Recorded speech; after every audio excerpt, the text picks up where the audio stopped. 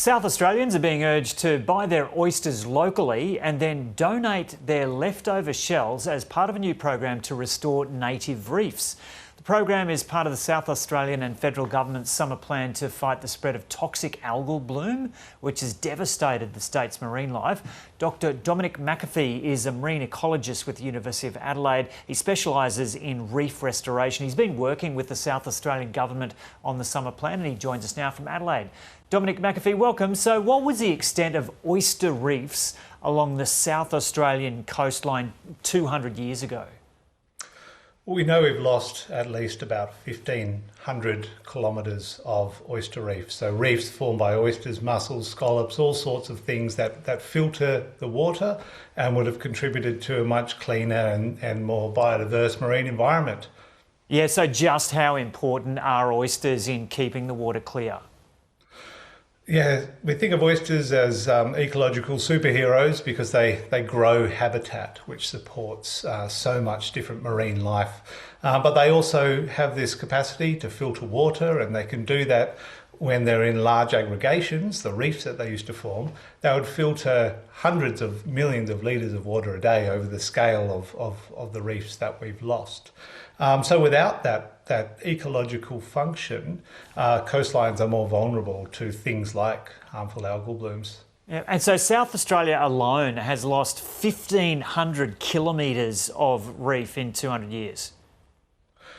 That's right. It took about 100 years for us to scrape the majority of them from the sea floor. So it was a colonial dredge fishery that was very effective at removing all the live and dead oysters from the seabed. And without that hard shell substrate, these reefs weren't able to naturally regenerate, because that's how baby oysters find a foothold on the sea floor and can build new reefs. But we dredged it all out for food and for construction material, and unfortunately they haven't been able to come back. Yeah. And so what's this initiative about getting people to donate shells?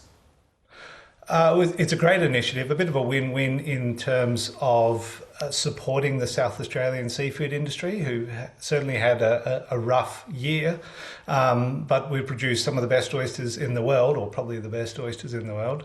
And when we eat an oyster, when we grow an oyster and then eat an oyster, we're left with the shell.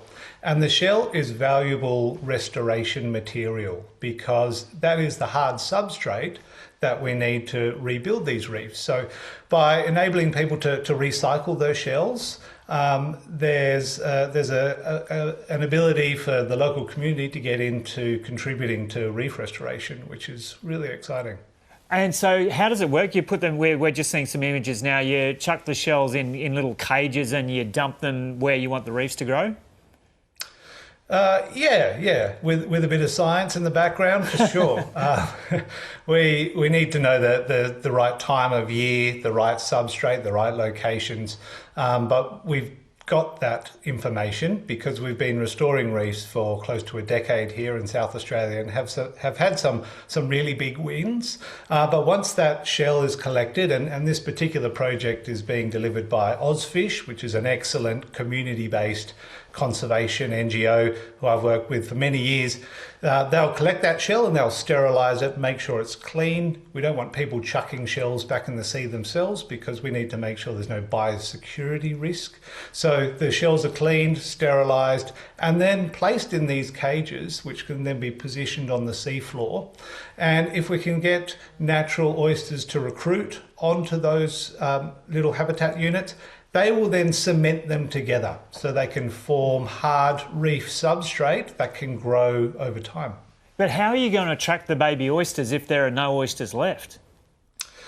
Well, we've lost the reefs, there's no doubt about that, except for the reef restoration work that we've been doing. But there's still enough big oyster mums out there, and they can produce a lot of babies. An individual oyster can produce millions of babies. They just need a place, some hard substrate to settle on. So one of the unusual ways we've been sort of trying to enhance the success of that natural recruitment is we use marine soundscapes, and we can actually use the natural sounds of the sea, which we broadcast with marine speakers, and that's been effective at attracting more oysters to the sites where we want to restore them.